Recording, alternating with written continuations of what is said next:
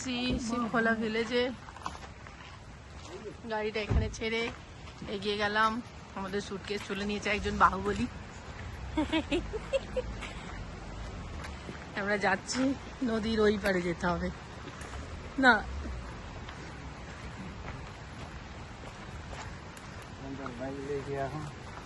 এখানে অনেকে বাইকে নিয়েও আসে, বাইক করে।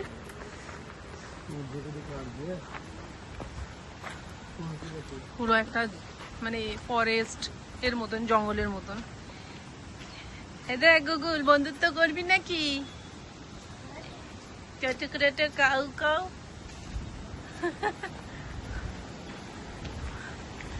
বাহুবলী। এই যে একদম রিভার সাইডের সামনে। ওহো, কি সুন্দর জায়গা, দেখে না মৌলিক।